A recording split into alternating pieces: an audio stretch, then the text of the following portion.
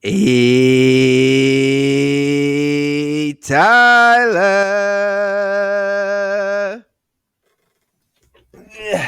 Hey, Piet. What's going on? Welcome to the New Score podcast. My name is Pat. This is my co-host, TYG, Tyler Pratt. Tyler, what's going on, buddy? Cheers. Not a whole Cheers, lot. mate. Not a whole lot. We got um, football on, and Yes. we're ready to talk about everything. Um, Yes, we got Titans Steelers on right now as we speak. Get a little bit of a live reaction from us. mhm. Steelers just went up 7-zip. Best I've seen Steelers offense look in the last 3 years on an opening drive. Yeah. But good for them. I should have taken the over tonight. Mm, I thought about it, but I pulled out. I was scared. a crazy person. Um, we got an absolutely juiced episode for you today. We got a little recap of our Dallas trip. Tyler's back in New York now. I'm back in Florida. Just got back a couple of days ago. Um, Texas Rangers, World Series champs, Raiders firing Josh McDaniels Let's and go. Ziegler, their GM. We got some heel of the week.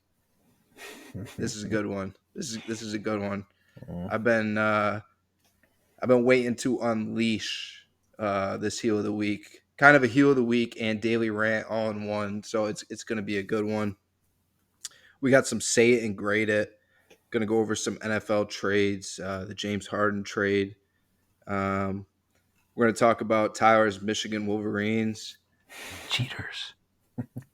and then we're going to cap it off with what we do best, NFL. A little bit of a Week 8 analysis combined with a Week 9 preview, and we got some elite matchups coming up this week. Elite. Stoked for it, and pumped to talk about it.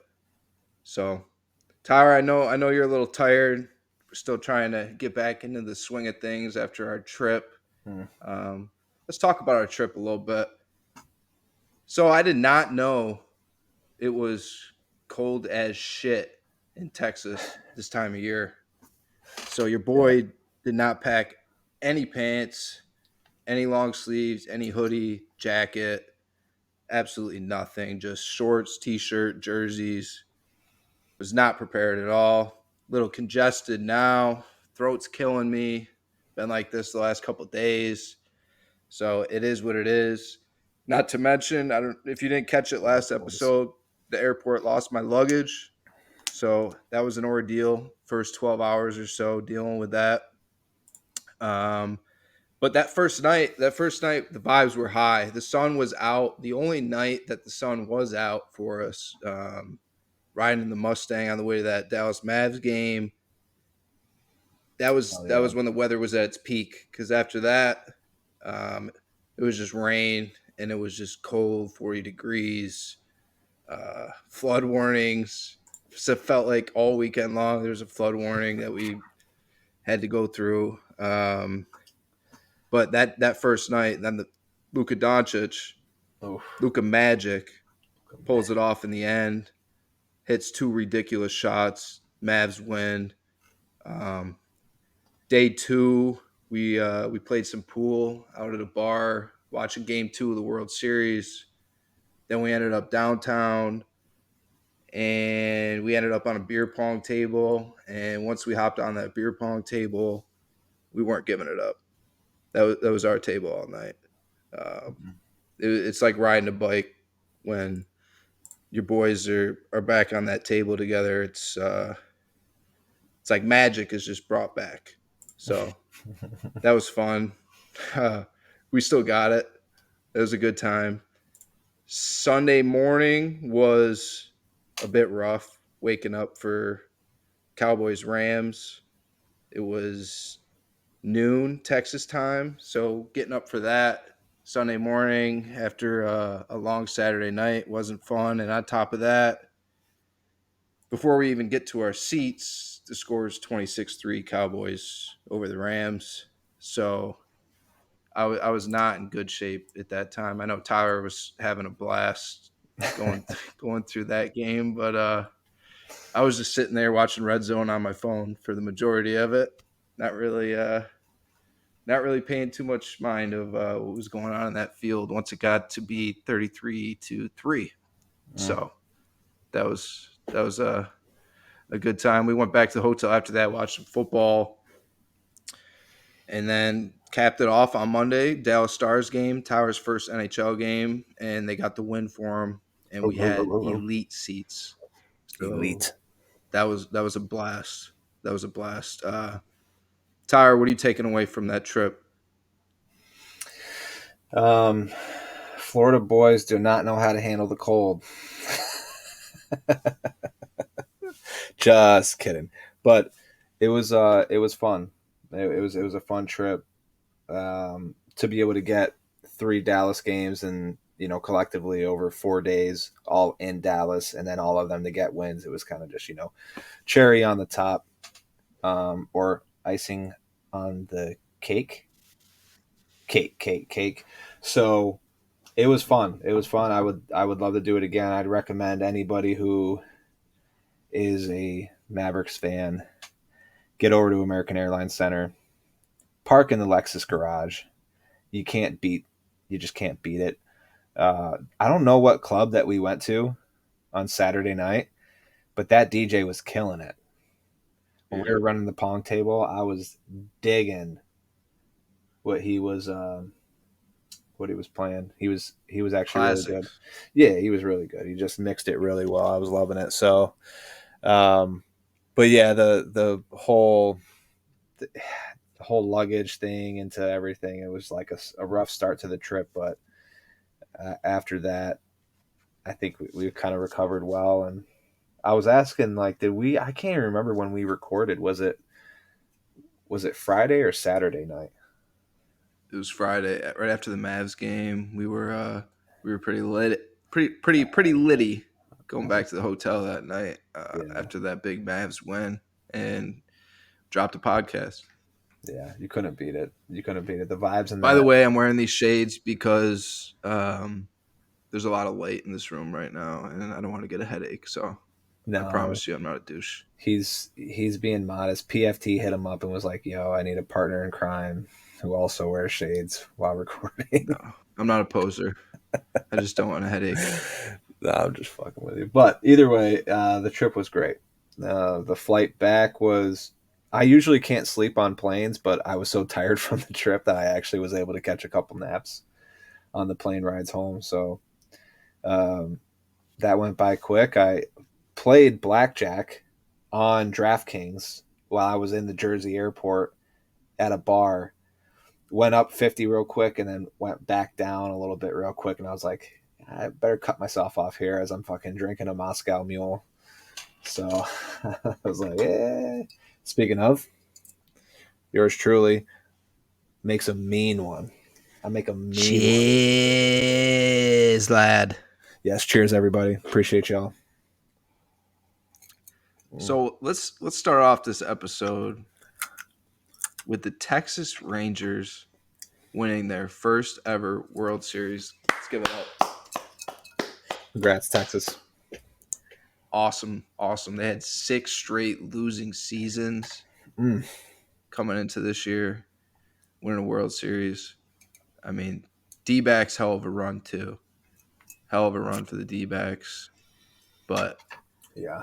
Texas, they were too good. They were too good. I ended up winning the series 4-1. Mm-hmm. Then they win last night 5-zip. So you couldn't hold that lineup down a whole game. You know, it's like Gallon held them last night to no hits the first 6 innings, but it's this team every time where they go they go quiet for a little bit. There's always that inning where they break out to beat you. Mm-hmm. In the bullpen, which they boosted at the trade deadline. Credit to them. They improved their bullpen a lot. That deadline, they get guys like Montgomery in that rotation. I know they traded for Scherzer too, and he was banged up, but it just felt like everything that they did this year um, was the right move ultimately for them. and they went 10-0 on the road this postseason. Absolutely incredible, That's insane. unheard of to just to win a chip and not lose on the road one time is just amazing. And the fact that people want to say like that they threw all this money at their team and they got a World Series, yeah, that's what they do in baseball. It's just supposed to be. And there's so many of these teams that do. Look at the Yankees. When's the last World Series they won? All right, so just because you do that, I mean, it doesn't mean like. Not to mention Jacob DeGrom, a big piece of that. They didn't even have him Mm-hmm. this year, so the fact that they got this done without even having DeGrom and Scherzer fully healthy, and then Adolis Garcia gets hurt during the World Series and he misses the last couple games, and they still get it done because these guys like Marcus Semien, Corey Seager, who they signed a couple years ago, stepped the hell up, and then you got those two guys that you brought in, and then you got a bunch of young talent as well, and you had the pitching like Evaldi. Evaldi's going to go down as one of the greatest postseason pitchers ever with what he did in Boston and now what he did in Texas. There's so many storylines, so much to talk about with this Rangers team. Like Bruce Bochy, their manager, this was the third team that he's taken to a pennant. This is his fourth ring. Won 3 with the Mm-hmm. Giants, then he's got 1 with Texas now, and just completely turned them around. They were a doormat in the AL West, and then they take down the King Heels in Houston Astros, wipe them out on the road, Game 6, Game 7. See you later, goodbye, and then dominate in the World Series. It was unbelievable what the Texas Rangers did, and I know for us it was tough seeing guys like Jordan Montgomery, who the Cardinals traded, Adolis Garcia, who the Cardinals traded years ago, and to Gallon. see what he's doing. Just like we had to watch Randy Arozarena a couple postseasons back, another guy that we traded dominate. And then, oh, Mm-hmm. by the way, the guy that started for the D-backs last night, Zach Allen, and gave up no hits through the first 6 innings. Yeah, he was a Cardinal too that Tommy they Pham. traded. Tommy Pham. Tommy Pham. Funny story about Tommy Yeah. Pham. Tyler, Ty, I remember telling Tyler, I was like, bro, you're never going to believe who is hitting, because at the time he was hitting third for Arizona. I was like, dude, Tommy Pham is the D-backs 3 hitter. Then I also brought up the fact that they got Evan Longoria, and this dude was just cracking up because he couldn't believe that these two guys were in this lineup, and this lineup was raking. Credit to Tommy Pham Right. too. We make our jokes, but he had a hell of a postseason. He I did. mean, going into last night, he was hitting fifth in the lineup last night. I don't know where that came from. A guy that multiple Mm-hmm. teams have let go of as the years have gone on. Just unbelievable. And then, like I said, Rangers, they get Jordan Montgomery from us at the deadline, along with Chris Stratton, one of those pieces that they bolstered that bullpen with. And they knew that that bullpen was a weakness, and boy, did they get it right. Mm-hmm. Um, just unbelievable. Congratulations to any Rangers fans that might be watching. I know it's been a long road since 2011 when David Freese broke their hearts when they were one strike away from winning their first World Series then. So, I mean, it's just awesome. Good for Texas. We were there last weekend, and it was just buzzing, Yeah. absolutely buzzing. Um, Everybody rocking the Rangers. Yeah, and I just want to say, if you guys keep seeing me look over, I'm just watching the game. I just saw the fucking D Hop. They tried to do a little throwback to him and then have him throw it deep, and it got blown up, and then he ran across the field and somehow got like a 5 to 6 yard gain. Um, the other day, who would have thought the start to this game is about to be 7-7? But either way, that was an incredible run by both teams. Right, I think both teams the prior year had both 100 plus losses. I think, and they both make it to the World Series. And with baseball, you just never know. It's the most unpredictable sport.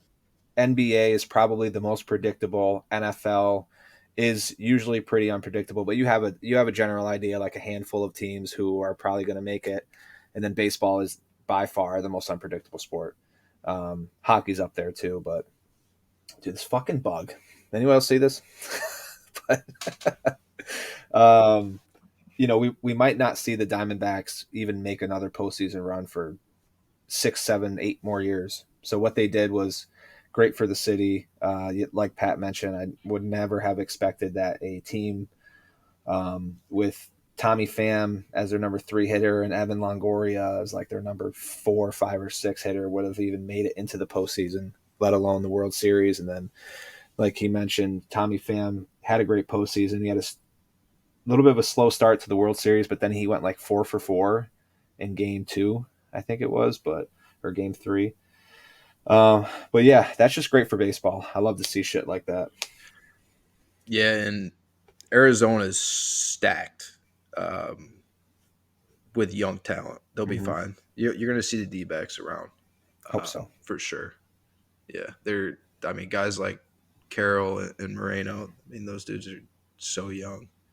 Yeah, Um, and then Marte's getting up there a little bit, but Marte had an amazing postseason for them. he did. So if you just fill a couple holes, and you already got good pitching, so we'll see. That's it. That's it for baseball, though. I mean, Good job. until spring training, that's it. Mm. Moving on to a more sore subject, and that is the Las Vegas Raiders Raiders. firing the firing their head coach Josh McDaniels and About time. GM David Ziegler.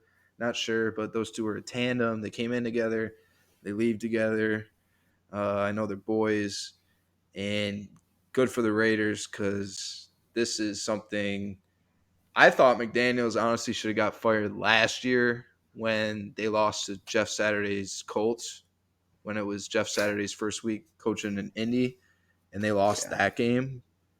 Not to mention Embarrassing. they just pretty much kicked Derek Carr off the team without even like knowing what their next plan is, and then well, I guess we're gonna have to settle for Jimmy G. So I mean, clearly that's a downgrade. Who knows what was going on with Josh Jacobs the last couple of years? You're not making him happy. Devontae Adams, credit to him, he wanted to go there, he wanted to play there, but he wanted to go there and play with his boy Derek Carr, and then like to see that happen, to see what McDaniels went through with Darren Waller, it's just a absolute clown show.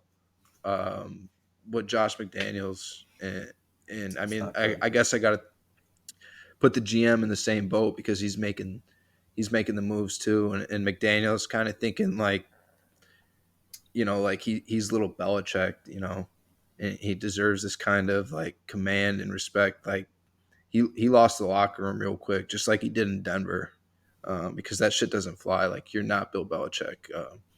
Nobody, you can't come in here and you know have this like persona and mindset and run this shit like all militaristic, without having anything on the resume for dudes to like respect you. And you're not winning either. So when you're not winning, none of that shit's gonna work. None of that shit's gonna fly. And they got some pieces with Josh Jacobs, Devontae Adams, and Max Crosby is unbelievable. That dude is so good. Yeah. He's so good. Just wasting that prime away on that defense and on that team. So I feel really bad for those guys, but good for the Raiders as a whole. I guess Aiden McConnell is going to be playing quarterback this week for him, so we'll see what happens with that. I just thought like the whole Jimmy G thing wasn't going to work from the start, but and another thing is they had so many holes to fill, and they made that Devonte Adams move, and it's like, yeah, I mean, a player of Devonte Adams' pedigree, you obviously want that on your team, but when you have so many holes to fill on your roster, just getting Devonte Adams isn't gonna make you a winner. Uh, you're not gonna be competing with Mahomes and the Chiefs, with just Devonte Adams on your team, and that's shown.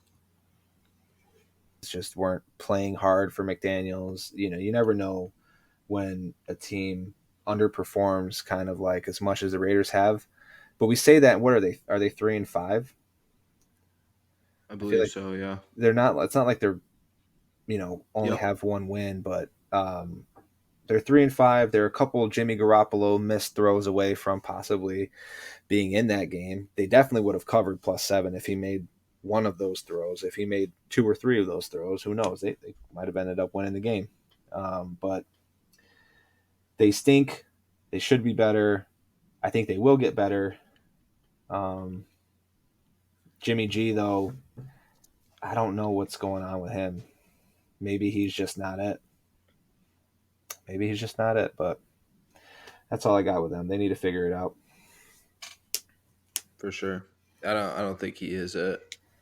Um, like you said, those throws that he missed to Adams last night, you can't be an NFL quarterback and miss those throws. No I mean, those are touchdowns. high school quarterbacks. Yeah, high school quarterbacks complete those throws with ease. I mean, clean pocket to miss those. So bad. But let's move on to a segment, our first segment of the day. Oh, And this is our heel of the week segment. Combination of heel of the week and kind of like a daily rant, just because it was a heel action. So he deserves heel of the week. But also, it's something that's been, you know, getting at me for years now. And that is Coach Dabo Swinney. Tyra, heel of the week. Tyra, I don't know if you caught this, but by the way, Clemson is 4-4 this year. Ha! 4-4 um, in the ACC. Love that. But anyways, so he's on a radio show, and he gets a call in from this dude named Tyler. Calls him in, Huh? and he questions Dabo, saying why is Dabo making $11.5 million to go 4-4 this year?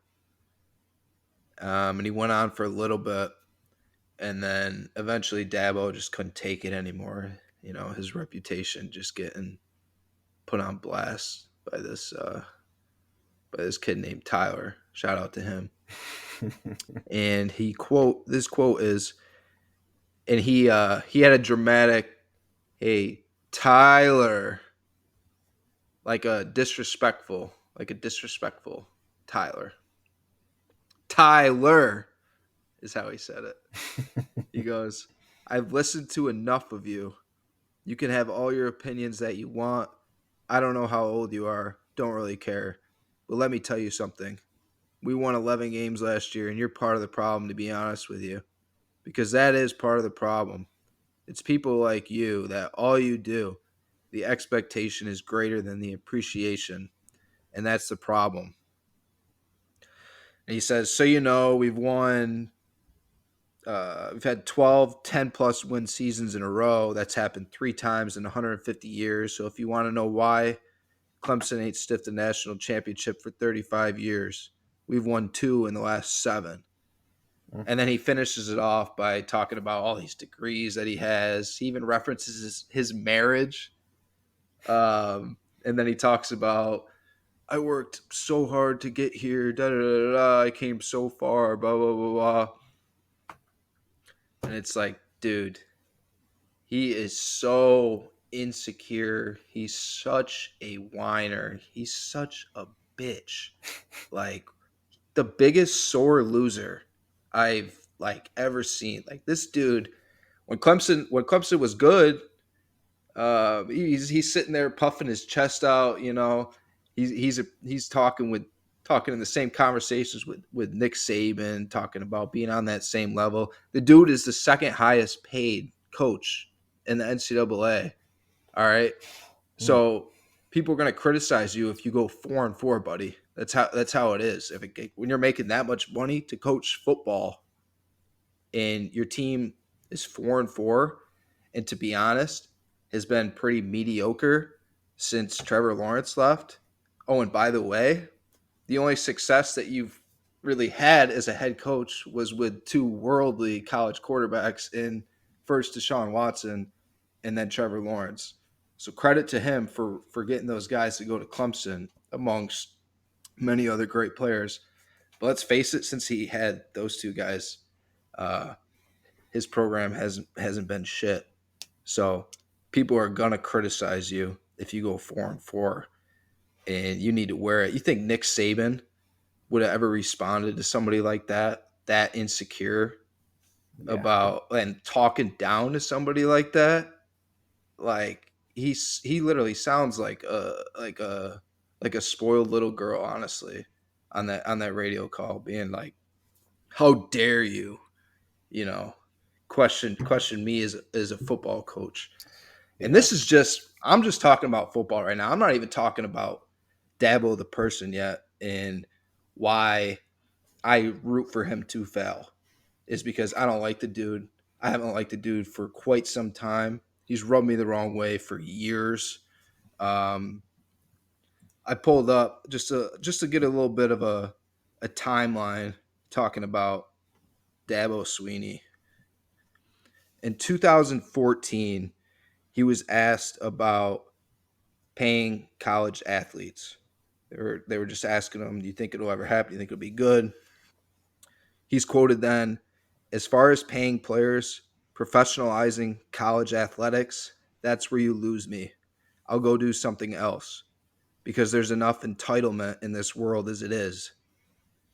And then in 2019, when they started saying, "Hey, we are going to professionalize this. We are going to pay these guys," he threatened to leave for the NFL and then later signed an extension. But he can't take the fact that, hey, there might be players in this locker room that are more popular, more famous, get more of the limelight than I do. He can't take that. He can't take it at all. So he never wanted, any of this NIL shit to come. I mean, why do you think the dude every home game he's the first one running down the hill? He's always got to be first before his team because it's all about fucking Dabo. Like, dude, give me a break. And to have like not even have the nuts to take it when somebody calls in from radio to question you about being 4-4. Like, think of any legendary coach. You think they're gonna react like that to some random dude calling in on a radio show? No, because they're gonna handle that with class, and they know deep inside, yeah, I'm a great coach. I don't have to listen to this idiot. Like, and I don't Yeah. have to put him down either. I don't have to talk down to him. Mm-hmm. Moving on, 2016, he responds to the whole Colin Kaepernick saga, taking a knee for what he believed in. And he was quoted by saying, "Some of these people need to move to another country." So that was a great look by Dabo. Shout out to him for that one. Just to get a little more racist for Dabo, 2020, fresh off of the George Floyd tragedy that happened, all the Black Lives Matter movement that was going on. Dabo is publicly wearing a shirt that says "Football Matters," and it's like, dude, to be so out of touch and ignorant, like, fuck you, bro, fuck you. I mean, there's kids that look up to you. There's kids that see you as a leader, and for you to put that out, that's not cool at all. Same year, 2020, we're talking about COVID year. Um, oh, and I do want to point out, yeah, he has ran through. He's got a good resume or whatever. The ACC hasn't been shit, really hasn't since. I mean, since Jameis was at Florida State, ACC hasn't been shit. So, congratulations, Dabo, for running through the ACC every year and getting a free spot in the college football playoff. Like, of course, you're going to run through that conference the way that it was. And now that the ACC is actually, picked it up, where's Clemson now? They're right here in the middle of the pack. So, 2020 COVID year, Florida State has to cancel a game because they had too many COVID cases, which happened across the country. There were a ton of those every week. There was teams that having to cancel. Dabo says that it was an excuse. Florida State had to cancel because they didn't want to play him. It was an excuse. He said, when he got criticized for that, obviously, he said, I'm not really worried too much about what they say down there in Tallahassee. I've been in this league 18 years. I've been head coach for 12. They've had 3 head coaches in 4 years. Congratulations, dude. Everybody knows what your fucking stats are. Let's just rub it in everybody's like when you have to constantly tell people, "Hey, do you know who I am? Do you know what I've done? Do you know da, da, da, da, da?" Bro, that is so pathetic. Like you're not comfortable in your own skin. That is so pathetic that you have to say shit like that, to make yourself feel good or whatever to because you think it's boosting your image. It's not. You look like an idiot and everybody grows tired of that shit pretty quickly. Yeah. Um, and then what really set me over the edge with Dabo is when we played him 2021 um, college football playoff. He said Ohio State deserved to be ranked 11th in the country, didn't deserve to be in the college football playoff that year. And we proceeded to spank that ass in the college football playoff. That was Trevor Lawrence's last game at Clemson, and whew, Mm. Dabo took it on the chin that night after saying a team deserved to be ranked 11th in the country. Justin Fields lit his ass up. I still remember that game. That was phenomenal, phenomenal night for me. Um, but shit like this, I we're gonna continue to see this shit from Dabo Swinney. I mean, especially if they keep losing because he's a sore loser. He's a whiner, and think about this: Nick Saban lost one game this year, and you're seeing that on ESPN. Is the Alabama dynasty over? Is Nick Saban going to retire? Is da, da, da, da, da. Mm-hmm. That's after one game. One game. That's the kind of pressure that Nick Saban deals with every single day. Every single day he deals with that pressure. And how many times do you see this garbage coming from Nick Saban? Never. Never. Not once. Dabo, you have 4 losses, dude. 4 losses In 1 year. in 1 year. Could be more. Just grinds my gears, Tyler. Yeah, I mean, what a fucking baby. I mean, what a fucking baby, dude. He's a fucking heel. Heel of the week. Heel of the week. Heel of the week. Let's move on to another segment that we like to call Say It and Grade It. Great at. Tyler, say it and grade it. James Harden gets traded from the Philadelphia 76ers to the Los Angeles Clippers. Yeah, I am giving, I guess the overall move, I'd probably give A minus. A minus for the Clippers. Um, Probably like a B plus for the 76ers. I mean, the Clippers get James Harden. We all know if James Harden is motivated and in shape, he can be one of the better players in the league, even at his age. As much as I used to hate watching him play, I'm still not a big fan of watching his game. I think he's just at times can be a flop artist, just tries to draw way too many fouls, but the NBA allowed that for a long time. So he took advantage of it. So I'm not blaming him, but I was just like, I just didn't enjoy watching him play. But he's still one of the better players in the league. So you add him to a cast that already has Kawhi Leonard, Paul George, Russell Westbrook, which I think Westbrook is going to come off the bench. He might not. Maybe he'll start, but yeah, I think he might come off the bench. But aside from you have those four, and then it's like, what's the surrounding cast? So Zubac is a very solid starting center in the league. Terrence Mann, solid.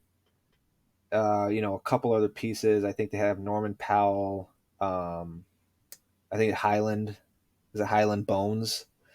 Bones. Yeah, so they got some solid pieces to back those guys up because obviously when you trade for a star player, it's about what you give up and then the depth behind that. Now that you've given up that, what do you get in return? And I think with Harden, they also got PJ Tucker, and that was kind of a big get in that trade, in my opinion, because PJ Tucker is, um, kind of like a lockdown defender still to this day, who's just going to sit in the corner on offense and just make the right plays. That's what PJ Tucker does. He makes the right play. He plays hard defense. He's a great locker room team chemistry guy. So that's a big get along with Harden. So I'm going to give the Clippers an A minus for that trade, and then on the flip side, I think I'm going to settle with like a B for the Sixers because when you're trading someone of his magnitude, which is tough, I feel like I'm giving them a tough grade just because they didn't really have a choice. Like they kind of had to trade this guy because he said he's just not going to play. I mean, and that's what apparently NBA players can do. They can just choose who they want to play for, even if they signed a contract. Which is, in football it happens too. But like Jonathan Taylor, he came back. He's playing for the Colts now, so who knows? But either way, the Clippers, or the 76ers, excuse me, in return got Marcus Morris, Robert Covington, Nicholas Batum, KJ Martin, unprotected first round pick in 28, and then a couple second round picks, um, and then a 2029 pick swap with an additional first round pick for the Thunder. So that they did get some good draft capital. So I think with time, like maybe I'll feel a little better with it and upgrade it to like a B plus. But it's all about like right now, right? Like right now, did your team get better? Yes and no, right? Like if you keep James Harden and he plays for your team, no. But with him not wanting to play, you get rid of him. The pieces that you get back, like they're solid role players, like Marcus Morris, Robert Covington, Nicholas Batum. They're solid role players. So it's like, I don't hate it. I don't hate it for the Sixers, but I feel like they could have done better. But they did get good draft capital, so I don't hate the trade. A minus for the Clippers, B for the Sixers. Heard that. Just want to touch on James Harden. I just talked about crybaby Dabo. James Harden is such a bitch, dude. I can't. He is the epitome of what is wrong with the NBA today. Like, what is this? His third trade in 3 years? Yeah. Something crazy. Mm-hmm. It's like he's not happy no matter what. Can't get along with anybody. I mean, he gets paid by these teams, and then it's I don't want to be here anymore. He was the man in Daryl Houston, Morey, right? He was the man in yeah, Houston. Then he wanted to go team up in Brooklyn. Then he wanted to go team up in Philadelphia, and now he wants to go team up in LA. It's like cut me a break. for real. Like that shit is so old to me, and that's why the NBA is. I mean, in my opinion, there's some aspects of the NBA that are just a fucking joke, Yeah. and I'd rather that's shit like that makes me prefer hockey. But moving on, we'll talk a little more about the NBA. Speaking of the NBA being desperate, is this in-season tournament that's about to start tomorrow. Mm-hmm. Like, what is going on with this shit? Like, it's literally gotten to the point where they need to have an in-season tournament just to get these guys to play. I mean, for the games to mean something to them, for them not to take a night off, that they're getting paid millions to play basketball because that's too much for them. So let's make an in-season tournament so the games mean more. And hey, maybe they'll suit up for these because it's an in-season tournament. Like, what's a Yeah. joke? Say it and grade it though, Tyler. The NBA in-season tournament. Ah, I mean, a C. It was like a C for will see. It's like it's the first year. I don't feel like there's a whole lot of context on it. Like we don't really know what to expect. I all I've heard on the in-season tournament was like ESPN getting owners' opinions or former players' opinions, but like I still don't even really know. I haven't done my research on the tournament. and I haven't heard much about it. I just feel like there's no context on it, and I don't even know like what when a team wins the tournament, what do they get? So it's apparently it's a round robin. Like now they're doing the round robin now, and then in a few weeks is when they have like the next rounds down the line, and like so we're not going to have a champion like coming up soon. This is like the round robin stage, and then they're going to stretch it out to later on as far as finding out who actually wins the thing. Huh. Okay. And then when they do win it, you know what I mean? So Probably some corny ass trophy. yeah. So Um, I'm gonna give it a C. got to reward these NBA guys as much as we can. Um, everybody gets a trophy nowadays, especially in the NBA. Got to keep those guys happy. Just got to do it. So Yeah. good for the NBA. Yeah. You got anything C. else on that? No, just to giving it a C for we'll see.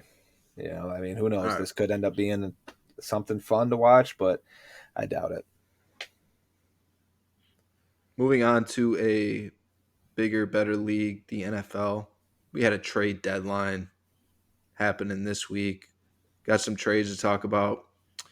Say it and grade it, Tyler. Montez Sweat traded to the Chicago Bears for a second round pick from the Washington Commanders. I got a rocket piss, but I'll be able to hear you. Uh B minus. You know, like I think Montez Sweat is a good player.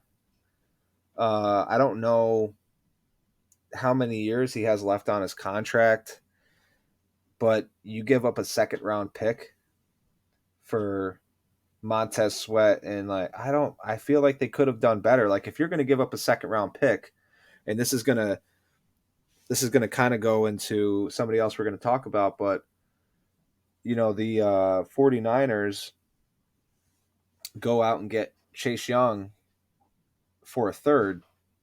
So when you look at that in comparison, you're like, okay, the Bears gave up Both are expiring contracts. both are expiring contracts. So the Bears give up a second for Montez Sweat, and the Niners give up a third for Chase Young. Like, I get it. You know, the dialogue or around Montez Sweat is he's a good player, but he's a great person. He's a great locker room guy. That's all good and gravy. But we're talking about a second round pick for an expiring contract. And when people think of Montez Sweat, I don't know too many people who are like, yeah, that's a number one guy right there. So if you're giving up a second round pick for an expiring contract for a DN, he better be one of the better DNs in the league. And I don't think that's Sweat. So I'm going to give the Bears a B minus for that one.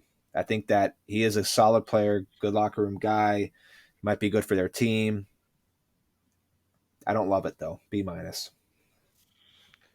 Here's the thing with me, I'm going to touch on this trade would be an A minus for me if the Bears were a contending football team. Mm-hmm. But the fact that you're not going anywhere this year, you're going to have to pay this guy now instead of paying a rookie for 4 years, which is going to be cheap, obviously. Yep. Now you have to pay this guy. Granted, if he wants to stay there, and I'm sure they had talks with his agent, and there was some mutual interest, or else I don't think you're giving up a second round pick. I mean, I would hope so. Right. To go into it that blind would be crazy. But to me, yeah, it's like the 49ers give up a third. And we could just tie that in. We could tie the Chase Young trade into this conversation too, since we're already talking about it. Yeah. 49ers are loaded. I mean, they just need better play from their quarterback. They need to get healthy. And then they need to give Nick Bosa help on that D line. So for them to give up a third for Chase Young to pair up with Nick Bosa, not to mention they got Randy Gregory for nothing, not to mention they got Drake Jackson, rookie, not to mention they got Hargrave and Armstrong in the middle, like, or Armstead, excuse me. Yeah. That team is ready to make a run. So for them to give up a third for Chase Young, that's probably A plus. I would Yes. say At the lowest, it's a B plus. Mm-hmm. Um, but the Bears, I mean, just hang on to those picks. Like you give up a Right. second rounder last year for Claypool when you were going nowhere, and it's like there's players in the draft. Like that's why you scout. I mean, you can find second round guys who are going to be all pro. You know what I mean? Like Montez Sweat is really good. Don't get me wrong, but is he? He's not a Nick Bosa. He's not T.J. Watt. He's not Aaron Donald. Like he's not a guy who you can. For me, I'm not giving up. My assets for a guy who might be like really good. I'm doing it for a guy who's going to take me over the top right now, and that team's just not there. So that was a little mind boggling to me. I mean, Mm-hmm. they do need players on that defense. You need guys. So hopefully they'll have him going forward with an extension. I don't love it though. I'd say C plus. And the part of the Chase Young, I'd say at its best, it's going to be an A plus, Mm-hmm. and he's going to be playing in meaningful playoff games. Having fun, a lot more fun than he was having at Washington. Not to mention he's paired up with his old college teammate who is his mentor in Nick Bosa. I mean, former Ohio State teammates, those guys back together. That's fucking scary. Yeah. So I'd say C plus for Sweat, and I'd say A minus, but very well could be A plus. If Chase Young's healthy, it's going to be an A plus going down the line. Yeah, it's A to A plus for the Chase trade. Like you're talking when Chase Young is healthy, that he could be one of the most disruptive DNs in the league, along with some of those top guys that you already have named. Chase Young's only problem has been staying healthy, but he's so far this year he's healthy, right? He's healthy, he's playing, and you only have to give up a third round pick. And I thought like third round pick for Chase Young, kind of a steal. And then when you look at the second round pick the Bears gave up for Sweat, it's just like it's like you mentioned, it's mind boggling. I just don't understand what the Bears were doing. Um, Yeah. yeah, so A plus for the Chase trade, B minus for the Sweat. Yeah. Well, that's it for say it and grade it, but I do want to talk about some other trades that went down. Leonard Williams gets traded from the Giants to Seattle. Good for the Giants, realizing, hey, let's pack it in a little bit. Got Leonard Williams out. That guy's been rotten in New York for a minute now, and he goes to a team that he's really going to help that D line, Mm-hmm. which has been a lot better than people think. But to get him there now is going to be huge, and I'm sure he's going to absolutely love playing in Seattle. Bills trade for Raziel Douglas from Green Bay. Huge move for Buffalo because they have been struggling at corner since White went down. Elam is just not it. He looks like a bust, honestly. And credit to Bean, the GM, being like, hey, we got a weakness here and we got to do something about it. I mean, doubling down on your mistakes is the worst thing you could do as a GM. I mean, knowing that Elam might not be who you thought he was, and to just constantly hoping it's going to change and not addressing it, not doing anything about it while your team is this good and ready to make a run. Credit to Bean. I thought that was a great move because Douglas has played in some really big games in his career. He's a dog at corner, honestly. He could play inside, he could play outside. He's physical, and he's a ball hawk, too. What I didn't love from Buffalo is signing Leonard Fournette. I mean, why the hell do they hate James Cook so much? I mean, I constantly talk about get James Cook the football because he's really fucking good out of the backfield, catching the ball and running the rock. And then you sign another back. You're already giving Murray touches, and now you bring in Leonard Fournette. I mean, I don't understand it. Maybe they see it as a goal line back, but to me, it's just taking more opportunities from James Cook, which I don't agree with because I think he's an explosive player. Josh Dobbs gets traded from Arizona to Minnesota after he gets benched in Arizona. Kirk Cousins sadly tears his Achilles. feel bad for Kurt because he was really balling these last few weeks. So the Vikings end up with Josh Dobbs. See what happens with that.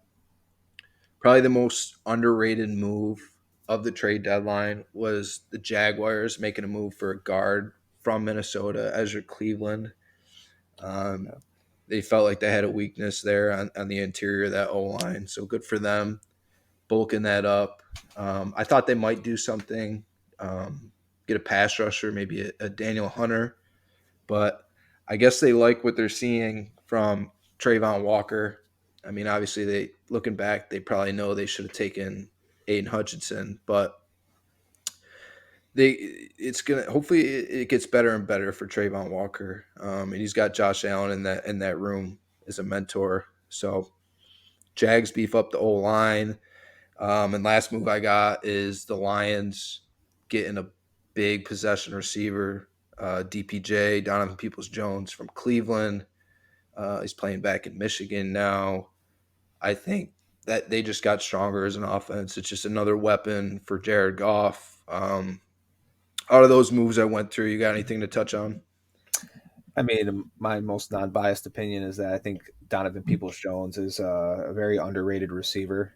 I know coming into the league, he wasn't a high draft pick. I think it was like the sixth round, and people kind of viewed him as more of just like a return guy who had small upside as a receiver. But I think he's actually proven he can be a solid receiver, and you add him to an offense where he doesn't have to be the guy. Of course, he can play third, fourth fiddle behind St. Brown, Reynolds, and Jamison Williams. Then you add him to the mix. It's just like you said, another weapon for Goff in that offense. So I love that trade for the Lions. I love the Cleveland trade or Ezra Cleveland trade for the Jags. And yeah, still the biggest question mark was that Lenny signing from the Bills. I don't understand what they were thinking there. I know Damian Harris is hurt, but like once he comes back, now you have four backs, and who's going to not touch the ball? So, uh, but yeah, I thought the Bills needed to do something on the defensive end. The Douglas move was big for them. I think Matt Mattis called me before we started recording and said they signed Linval Joseph as well to help beef up the middle. So hopefully that works out. I know he's kind of an old head, and we'll see how much he Yeah, I'm has not left sure in the how much tank. he's got in the tank, but Mm-hmm. they got they got I was about to say they got depth, but they did lose Jones, their D tackle. So I'm sure that was a need Mm-hmm. to get something on the interior of that D line. Yep. Speaking, we brought up old Michigan boy DPJ. Let's talk a little bit about your Michigan Wolverines. It's starting to get real loud, and the heat is turning up a notch on those Wolverines. All this shit with Connor Stallions coming Mm-hmm. out, 500, 600 page manifesto about Michigan taking over. Seeing him on the sidelines, undercover at Central Michigan games. At first, when I heard all of this, I was like, the fact that it's illegal to record at an opposing game is wild to me because it's that shit's legal in the NFL. But for that shit to be illegal in college, that was wild to me. But I wasn't aware of the extent that all of this was heading, and it's getting uglier and uglier. It seems by the day with all Yeah. this new information that's coming out about everything that he was doing. And I know the Big Ten, all the Big Ten ads, coaches got on a call with the uh, president of the Big Ten, just voicing their concerns and how they wanted something to be done right now about it. We know nothing's going to happen this year. Like Michigan's going to play it out. Harbaugh is going to remain the coach, and then he'll probably leave after this season. But for the time being, it's not like anything's going to happen. And if anything, Harbaugh will get them to use this as motivation. So, Tyler, what are your thoughts as a Michigan fan? Um, I don't think this Connor Stallions guy is on their payroll. I think he's an imposter. He no, I'm just kidding. This dude is clearly psychotic, though.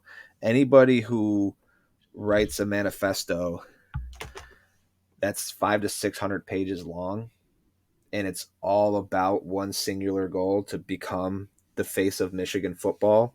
Like, do you? There's a screw loose somewhere, and uh, I mean, the dude's dressing up as like another coach for another team, and he sneaks his way on the sideline. Like, it's just incredible what this dude did, the extent that he went to. And I mean, think about it though. Do you really think that Jim Harbaugh would be that concerned about Central Michigan that he would send Connor Stallion to the game to steal signals? No, Well, I think they were playing. I think they were playing Michigan State, and no, that's what it there's was. no, there's just a lot of there was a lot of different games that Stallion went to, and one Oh, of for them, Central Michigan. yeah, one of them was a Central Michigan game, and Michigan ended up playing Central Michigan that year, and it's like, it, I don't think that Jim Harbaugh is really like the mastermind behind this. It's hard to believe that he would have no clue what's going on. So no matter what, like, he's at fault here, no matter what. So he's definitely gone after this year. I think there's a 1% chance that Harbaugh sticks around in college after this season. I hope that the whole team uses it as motivation and they go and they win. They win it all this year, but it's a tall task. There's a lot of distraction going on right now. So luckily, I don't think Michigan has a big game this Saturday. I think it's next Saturday is the big game, but I'd have to take another look at their schedule. But yeah, I mean, the dude's Yeah, Penn State's coming up. yeah, the dude is just like I said, he's definitely has a screw loose. This is a one of a kind story, so I hope everybody enjoys it while it lasts. But it's wild to say the least. It is.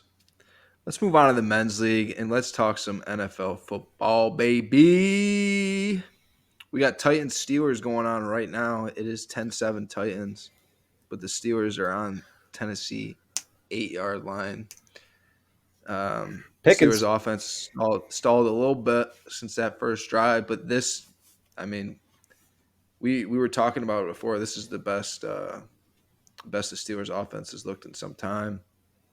Titans Titans are doing Titans things. Um, Derrick Henry's got 10 carries for 46 yards in the tutty right now. Hopkins has got 51 yards receiving. So Levis is continuing to build that chemistry. Mayo, God, Will Levis Mm. getting D Hop the ball, something Tannehill was struggling to do. And when you do that, Titans are going to be in games. So we'll continue to follow that. It's about to be halftime, so we'll get a little break from that. But let's get on. Let's get on to the Sunday slate. Let's talk. Let's talk about this Germany matchup. Yeah. First of all, it sucks that literally the game that everybody is stoked for, Dolphins Chiefs, is 9:30 a.m. on the East Coast over in Oof. Germany. Take that game away from us. What a day to start, or excuse me, what a game to start the Sunday slate. Yeah, but I just feel like that's not a good spot for that game.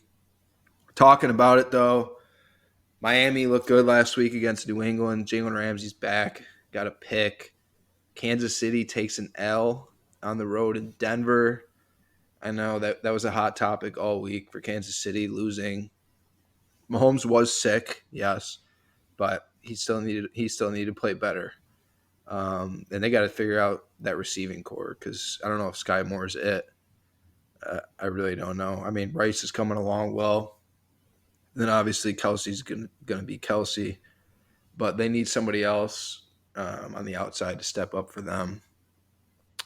This is an incredible matchup though. Chiefs right now are giving up one. Um, what are your thoughts on this one?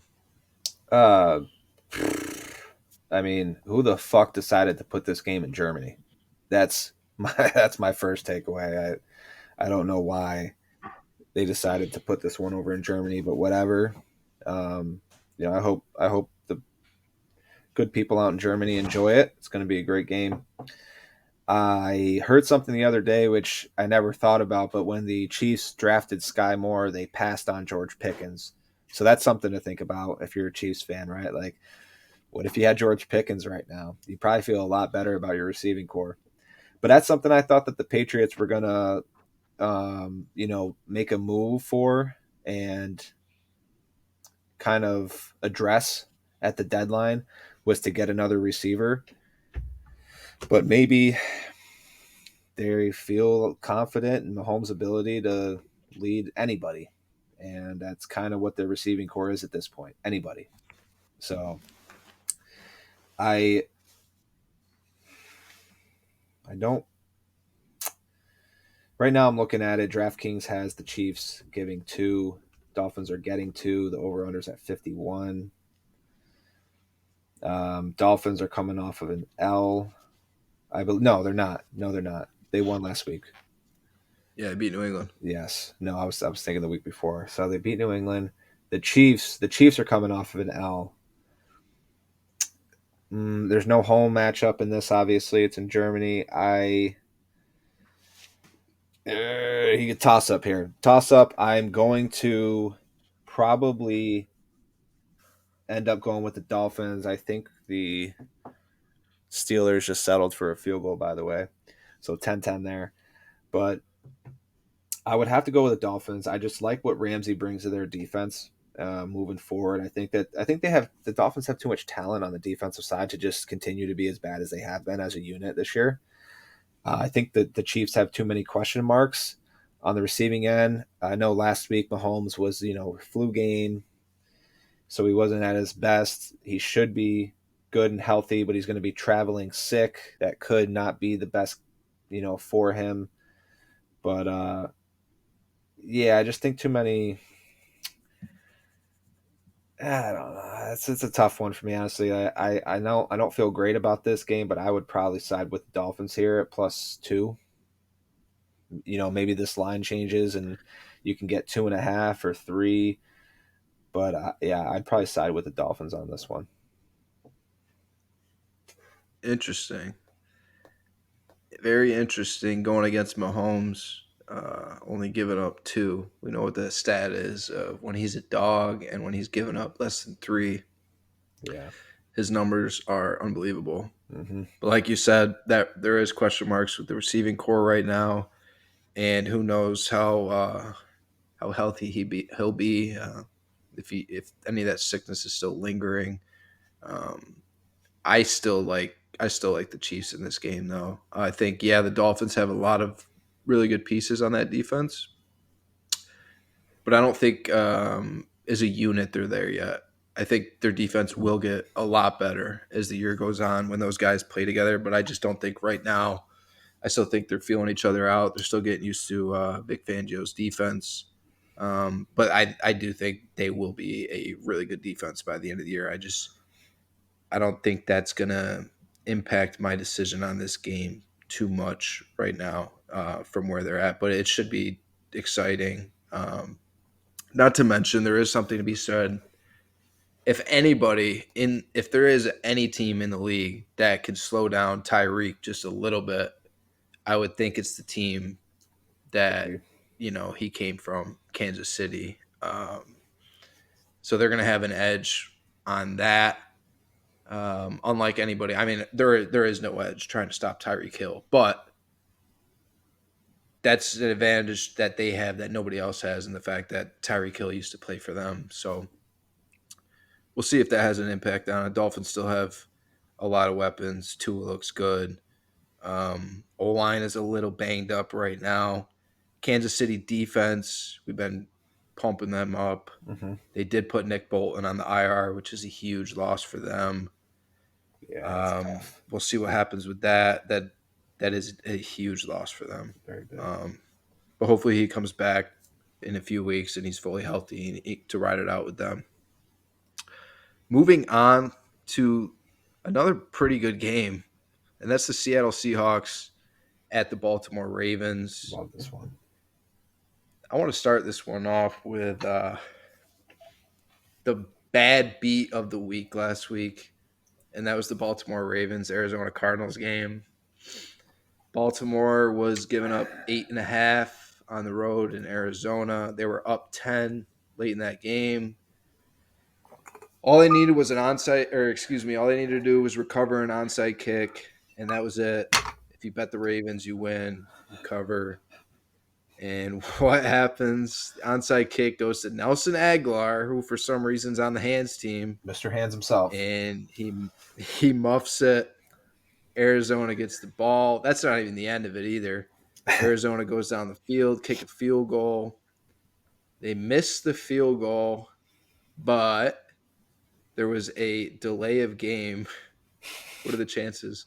So they get a re-kick because of the delay of game, and of course they make the field goal to bring it within 7. And just like that, if you were on the Ravens side, you lose. Just a tough beat. If you had the Ravens last week, I'm very sorry to hear that. Yeah. Ravens, they continue to play with their food a little bit with these weaker teams in the league. And then you see a couple weeks ago what they did at Detroit, like what they're capable of. But I feel like they always play down their competition for a bit. I mean, they lost to Indy earlier in the year with Gardner Minshew. Yeah. But this is a game that the Baltimore Ravens are going to be up for, facing Seattle. This is a game that you're ready for. And I think that place is going to be rocking. I think Lamar is going to be dialed in. Seattle has had some questions with their pass pro, and I think the Ravens defense can get after Geno. Um, and I expect Lamar to do Lamar things on Sunday. Um, what do you think about this one? I mean, I pretty much agree with everything you said there. I do think that this line is interesting, though.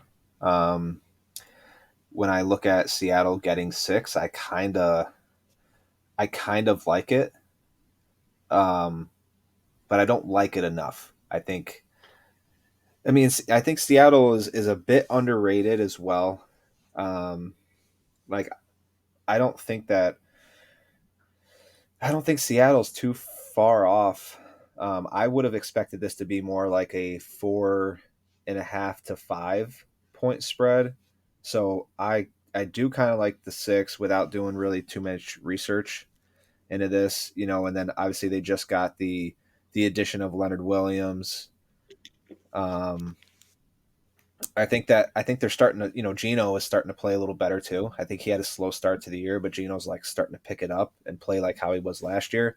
But the Ravens are, like Pat mentioned, they play down in their competition sometimes when they play lesser teams, but they're rolling right now, right? They're kind of like they're clicking. I like, I just like what Lamar's doing. I like everything he's doing right now. So this is another one, kind of like that Dolphins Chiefs line. I'm like, go with the Dolphins. This one, safe play. You take the Ravens, but I also I don't know. I'm 50-50 on this one too. I do like the Seahawks because I think 6 is a lot for as good as the Seahawks are. But um, yeah, I kind of just agree with you though on pretty much everything you said.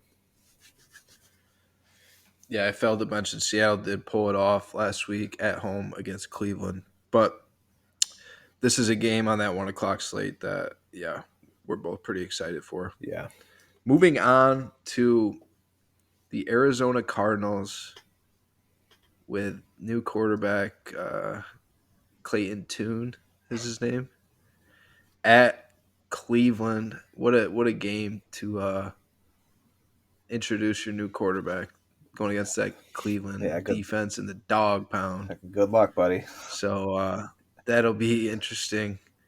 Arizona's at 1-7 right now. They battled last week in Baltimore, but they don't have Josh Dobbs anymore. I feel like this one's going to be tough on that offense. Kyler apparently will be back, in a couple weeks. We'll see what happens with that. I don't really know what the point of that is, what their plan is. To me, I would just get him as completely healthy as possible until the off season, and then if you want to trade him, trade him. If you want to ride with him. But at least he's healthy, and you're not throwing him out there on a bad team that isn't going to do anything, go anywhere, anyways. Um, Cleveland, they're a little banged up, obviously, still, but this is a spot where I look for a big response from Cleveland after last week in Seattle. Yeah, I mean, maybe they're getting 8. The over under's 37.5. I mean, if anything on this game, I would probably, I don't want to take a Browns under again, but like I feel like maybe you tease the over, or excuse me, tease the total and take the under. It's sitting at 37.5 right now. I have no idea what to expect from this Arizona Cardinal. Is this kid a rookie? He's got to be a rookie, right? Might not be. He might be. I've never I heard don't of know. him. First or second year. Never heard of him. You have no idea what to expect. Like the offense already struggled enough, which that's the thing with Dobbs too. Like I'll touch on Dobbs. The dude plays his best football against top competition. He's one of those guys. He plays to his competition. When they play mediocre teams or lesser teams, he plays bad. When they play great teams, he plays great. I don't know anything about this kid who Arizona is starting. The Browns are sticking with PJ Walker, I take it, or is Deshaun Watson healthy this week? PJ. PJ, so I don't know. I think 8's a lot. With both these offenses kind of being like a toss up week to week, I would probably fade if you don't feel comfortable taking the points here or taking the over under. Excuse me. I would fade the Browns probably down to 2.5, and then take that at -2.5, or tease the total points and then take the under. But this game just has way too many question marks and variances to it that I would not feel comfortable betting on this game. Yeah, I'm looking at it now, and it's saying the status for Murray and Watson are unknown right now. Um, I highly doubt Kyler plays, No, but if Watson plays, I honestly that doesn't really change anything for me. The way that he's looked this year, yeah, if anything, they're probably going to turn the ball over more if he's out there the way he's looked. So yeah, that doesn't really alter my opinion. But like you said, there's so much unknown. We don't know what that Arizona offense is going to look like at all. Like you said, do you tease the under possibly? But at the same time, what if Cleveland routes them? You know what I mean? hmm And then Arizona gets some points late in the game when they're chasing. So this is I'm on the same page as you, staying away from this one. I feel like one of these sides is a sucker bet. I just don't know which one it is. But one of these is a classic Vegas sucker bet. I just can't figure out which one it is yet, but we'll find out Sunday. We will. Moving on to the Tampa Bay Buccaneers, who are on a bit of a skid right now. At Houston, going against the Texans, who took a rough loss against Carolina last week, giving them their first win. Talk about team bouncing back. That's what I expect the Texans to do. I think the Texans are a good football team. I think they're a better team than the Bucs, honestly, right now, especially their offense, Mm-hmm. with their run game, pass game, and a defense that is hungry. And they're gonna be playing at home, and they love playing for their coach. I think this is a good spot for Houston to bounce back. Again, tough loss last week against Carolina, but that's going to happen when you got such a young team and you're still building that culture. You're gonna have tough losses like that. But I like the Texans in this game to get back on track and get to 500. Yeah, I mean the Texans, I believe they lost on, it was a last second field goal. Bryce Young had a good drive, little fourth quarter comeback for the kid. So it's not like the Texans played bad. It was just it was a tough fought game. Carolina coming off a bye week. I feel like Bryce Young was motivated to prove like, hey, this is why I was the number one pick. Because I'm sure he heard a lot of noise about C.J. Stroud playing a lot better than he has this year, and him feeling that pressure as being the number one pick. So I agree with you here. I do like the Texans minus 2.5. Uh, this is one though that Tampa like. This feels like a classic Tampa spot to cover. Um, but I'm sick of putting my money in Baker's hands, so I'm gonna go 2.5. Ride with the kid from Ohio State. Um, close to being a juicy bet for me, but I can't quite get there yet on the Texans. But I do like them at minus 2.5, so I think that's the play here.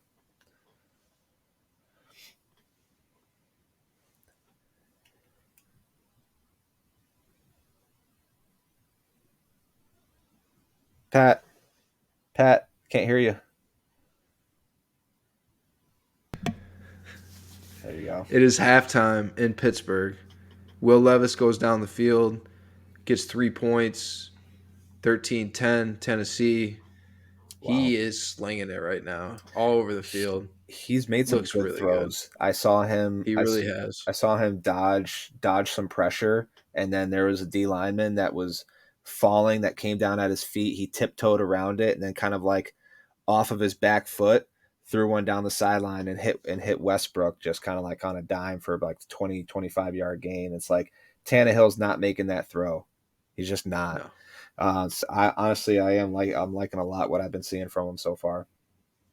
right. It was. I mean, we talked about Tannehill. We ranted about him in the past, just how he couldn't take it anymore. For that game to see Will Levis against Taylor Heineke taking over for Atlanta late in that game, that was like from the football fans across the league. Thank you, for giving us this instead of Tannehill, Desmond Ritter. We'll get to Desmond Ritter, but Yeah. that was refreshing to see last week, to say the least. Let's get on to the Chicago Bears at the New Orleans Saints. Chicago coming off that Sunday night loss in LA against the Chargers. It's we talk. They got Montez Sweat now, but this is. I didn't mention either in the trade talks that their corner Jalen Johnson requested a trade this week, and then nobody bid on it. I guess Their asking price was too so. high. Yeah, him going back in that locker room after that is that's got to be a bit awkward. But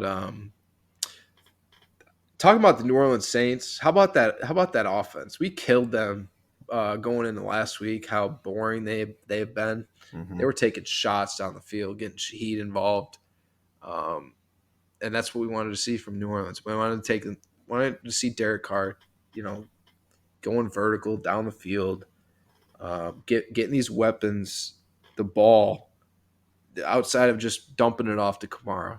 So that was great to see from the Saints, and I want to keep seeing that. I expect to see that against this Bears defense. I expect them to keep growing, and if their offense can be anything like it was last week, it's going to be with paired up with that defense.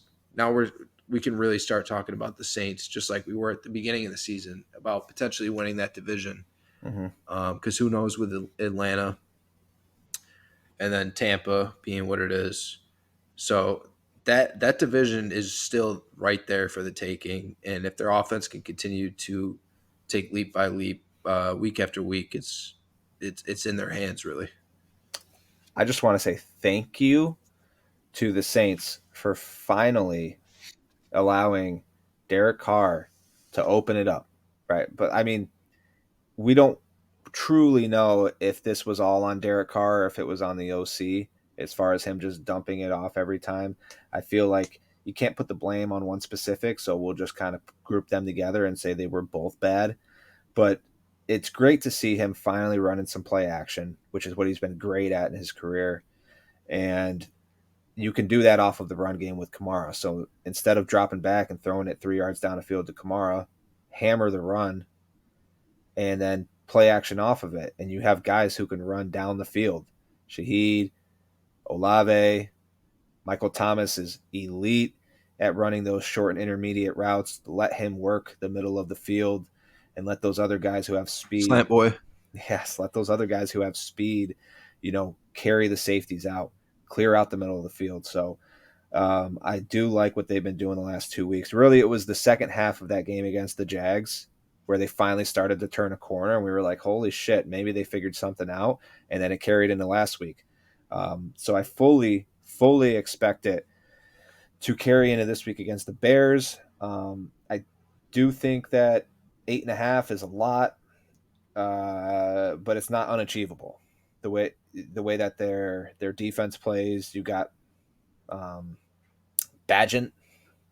It's not like he's impressed us the way that like Will Levis has so far. I don't think Badgent's terrible, but I don't think that the Bears are going to cover 8.5 in this one. So I like the Saints at 8.5 in this. And then to kind of touch on that point, you mentioned like now the Saints are in that conversation kind of with the Falcons for that division. And aren't they like the same team, right? Both of those teams have a great defense, great run. Well, I'd say great running backs. They have good running backs, good receiving core, good weapons, right? Solid offensive lines. They're just the quarterback. The quarterback play is the question mark for both of those teams. And, you're kind of seeing it right now. Derek Carr, when he plays like how we know Derek Carr can play, the Saints look really good. For the Falcons, we saw a mediocre at best quarterback in Desmond Ritter lead them to an above 500 record, but then he gets benched last week. Well, I say benched, he got hurt and then didn't come back in, and they let Heineke, and then Heineke kind of tore it up right in that second half. I think put up 20 points. Puts points on the board. Yeah, 20 points. The Falcons probably have been averaging 20 points a game this year, and Heineke comes in the second half and puts 20 points up. So let the fucking kid eat. Leave him in. Let him eat. Try to do your team and your organization a favor and win. Don't worry about development and possible lost on investment in Ritter. I don't give a shit. Play the guy who you know is going to get you points and win the ball game for you. And I feel like it's a no-brainer. Maybe I'm the idiot here. I don't know, but I feel like Heineke is the no-brainer over Ritter. I hope they stick with Heineke and he continues to put up points. I hope the Falcons win and they move on from Ritter. But I like the Saints in this one minus 8.5. Yeah, completely echo everything you just said. Um, and we've had this conversation about another team. It's not ringing a bell. It was about the Giants with Tyrod. Mm, It's like when it's blatant to see like that this quarterback gives your team a better chance to win than this guy, and you just take the politics of the business out of it. Like, and you're the head coach. What does it say to your locker room if you're playing that guy that doesn't give you the better chance to win right. on Sundays? So, shout out to Arthur Smith finally making that move. Heineke will be in um, this week. I know we're talking about the Saints game, but the Falcons is actually the next game on the slate at the hosting the Vikings. So Yeah. I expect Heineke to have a great game. Honestly, um, I really do. Drake London's a little banged up, but he'll be able to go. And then you got Kyle Pitts, you got that run game, and I think Arthur Smith's a very capable play caller. And talk about their defense enough. I think the Falcons are set up right now to make a run, and they got the right guy under center. Given what they have on their roster, we've been saying that Heineke is your best option Yeah. to win your team football games. Minnesota playing at Atlanta, losing Kirk Cousins for the year. What a gut punch. They just got back to 500 after a terrible start where everybody was counting them out. Cousins was playing at an MVP level, and then for him to tear his Achilles, and they already lost Jefferson for weeks, and he's been out. That really hurts Minnesota. They did make the move to get Josh Dobbs in there. Josh Dobbs if anybody's going to come in, not knowing anything right away, stepping in, Josh Dobbs has proven that he can do that. So I think they got the right guy for the job, given that they didn't have to give up much for him. They didn't have to go out and make a big splash for a trade. That was a really nice move. It made a lot of sense getting Josh Dobbs.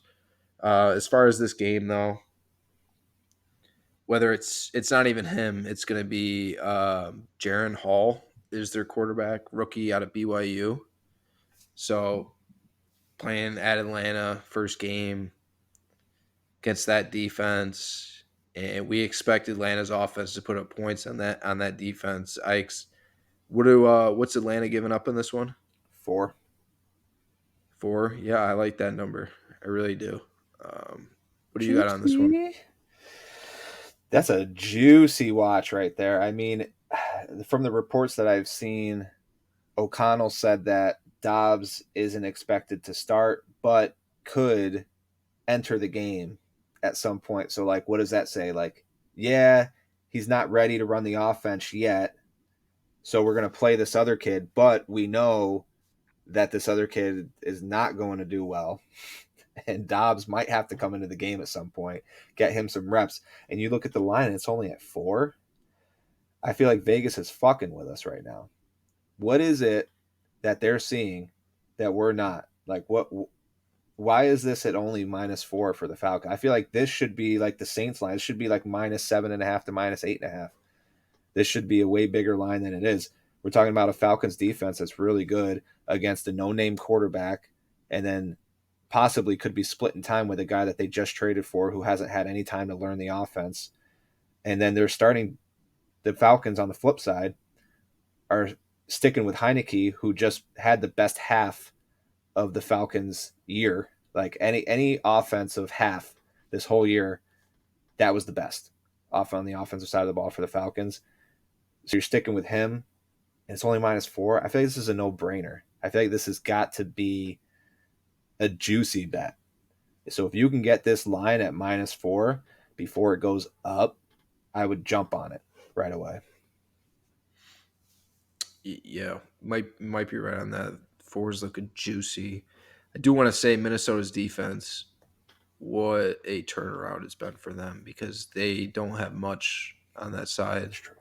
and they played so much better these last few weeks. And credit to Brian Flores, he's one of the best defensive minds in the NFL.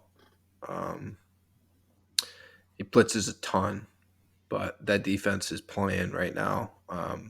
So maybe that has something to do with it. But same time, like you said, because the quarterback situation, Vikings don't run the ball great either. So Yeah, they don't have a rushing I don't know. touchdown on the You might, year. Like, yeah, you might be right. It might be juicy. juicy. Moving on to a team that lost to those Minnesota Vikings last week, Green Bay Packers hosting the LA Rams. As of right now, Stafford's questionable with that thumb. I mean, that's everything when it comes to betting this game. Is the status of Stafford because if he plays, you got to like the Rams' chances in this. Jordan Love has not looked good, especially these last couple weeks, and it's like the first half of every game that offense is just non-existent. Mm-hmm. Um, so, I mean, Aaron Rodgers has got to be feeling pretty good about himself right now, and how that team decided to move on for this next phase with Jordan Love, and it's looking like he's not going to be that guy for him. They do have some picks though going forward, and if they keep losing like this because they don't get Aaron Jones the ball, maybe they are tanking. If you're not giving the best player on your offense the ball, maybe that's the mindset for them right now. But yeah, you got to get your best player the ball, and I haven't seen it. I haven't seen Aaron Jones getting the opportunities in that offense, and he's going to make that offense go really because Jordan Love's not going to beat you. And they got some young receiving talent, but it just hasn't come together in the passing game for them. Rams coming off of a huge disappointment in Dallas last week. We just got our asses kicked, quite frankly. Offense looked like shit. Defense looked like shit. Special teams looked like shit. Just all three phases got dog walked in Jerry World. So I look for the team to fight, whether Stafford's in there or not. But to me, that makes all the difference in the world is whether Stafford's going or not. Yeah, I just like you mentioned, I think they're going to come back and fight. Stafford's a dog, no pun intended, because he's a former bulldog, but like that dude just battles through pain and injuries, um, unlike most other quarterbacks. I look at this line, the Rams at +3, and I love it. Um, I think whether Stafford's playing or not, I'm probably gonna hop on the Rams, especially like if I like this now, whether Stafford's playing or not, and then it gets confirmed that Stafford is playing, this line will not stay at 3. We'll move down to definitely we'll move to at 2.5, possibly even down to 2. So if you guys are kind of with us and you like the Rams over the Packers and you don't believe in that Packers offense like we don't, unless they get Aaron Jones involved. I love this line at +3 for the Rams. I might even put the Rams on a money line parlay for the dogs and ride with them. The one thing I want to point out that I haven't brought up before, but I've been watching now for a few weeks, when I see LaFleur on the sidelines, the guy looks like he wants to cry. Like when he's sitting there and he sees some of these plays that Jordan Love makes and just how the team is playing, like he looks like he wants to cry on the sidelines. And I noticed it. I noticed it a few weeks ago. I forget what game it was, but I was just like, dude, this guy wants to fucking cry. And it was he even came out of the locker rooms. It was like a terrible first half. He came in the second half. It might have been the game against the Lions, and he was just like, yeah, like no excuses. Basically, we played like shit. We know we have to pick it up. That's all I gotta say. I was like, dude, he's struggling right now to keep his composure. So, uh, yeah, I like the Rams here at +3. If the Packers go down big, keep an eye on LeFleur. Go Rams. He does have that face, doesn't he? He's Yeah. just got that he's got that face where he just always looks uncomfortable, like he's gonna start bawling his eyes out. Yeah, it's That's funny. funny now that you bring it up. But who knows? I mean, with him, I mean, this he got his chance to put his version of what he wanted as an offense out there with Jordan Love, and it hasn't looked good. No. Maybe I would expect them to give him another chance with a new quarterback coming in next year's class, but Oh, yeah. So one stat I heard leading into last week um, was that the Packers were the worst offense. I think they were ranked 32nd in the first half, and it was some like offensive metric stat. It wasn't just like yards or points. It was like some metric that they were the worst offense efficiency wise in the first half, and then the best in the second half. So that's why the Packers have been able to sometimes make a game or at least get a couple wins is because of the second half. So, and I don't know if that stat is true after last week, if it's the same, but you know, to your point, you said they always come out of the gates and they're just stale. moving on to the Washington Commanders after trading Montez Sweat, Chase Young. Tough loss home against Philly last week. Another game where they just battled their asses off. They looked really good. Sam Howell looked really good. But ultimately, Jalen Hurts beat him in the end. They are at New England, getting 3. Patriots coming off a loss in Miami last week. They do look a lot better. Obviously, these 2 weeks ago, and then even last week, I thought they looked better than what they have been. Mac Jones did throw a bad pick there to Ramsey, um, but I think they're starting to come together a little bit. New England, Um, Commanders, I mean, how do you really respond as a locker room after trading two players like Montez Sweat and Chase Young? What does that tell to the rest of your team as an organization? To the guys that are left, I don't know. I don't know if it's sometimes you see a team really surprise you after something like this happens, and they come out and they really come together as a team, and you see them play well. Maybe that happens against the Patriots team that hasn't been great overall this season. Um, but Commanders defense stinks. Their secondary, particularly. I mean, they had a really good front, and it didn't really matter because the secondary has been so bad for them. So I think Patriots will pick their spots to exploit in this game, try to get that run game going, and then I mean when the opportunity's there for Mac to do something, they did lose Kendrick Bourne, so he's out, but I think the Patriots offense should put up some points in this game.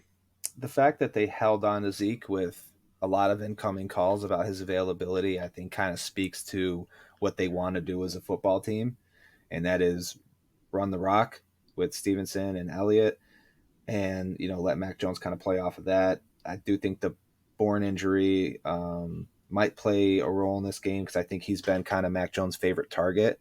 He's definitely been their best receiver this year so far. But yeah, I mean, the Commanders getting rid of two of their best players on defense and both on the defensive line. It's tough to picture those replacements for those two guys being able to hold up on short notice. Um, so yeah, I like the Patriots here at home -3. The weather could play a factor in this one. I know we're getting into the gritty season, weather wise, and especially at Foxborough. So keep an eye on that. But yeah, I like the Patriots in this one at -3. I feel like I'm a fucking closet Patriots fan. I've bet on them so much this year, especially over We the love last them. like 4 weeks. I don't. I hate them. We love them. Go Pats.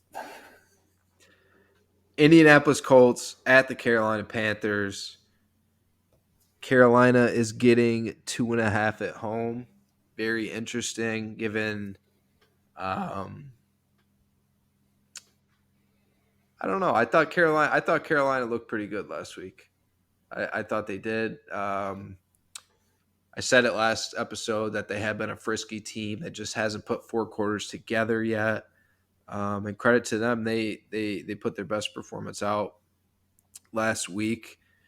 This might be another good spot for them. Um, Colts have been very, very up and down throughout this year. I don't know what was going on with Jonathan Taylor went off in the first week last week, and then he ended up just getting one touch in the second half. It was just mind boggling to me. Moss has looked good for them, but the fact that Taylor went off like that in the first half, and then you shied away from him in the second half. I don't know if there's still a pitch count, perhaps with him. I don't know if they like Moss more than we think that they like Moss. I'm not sure.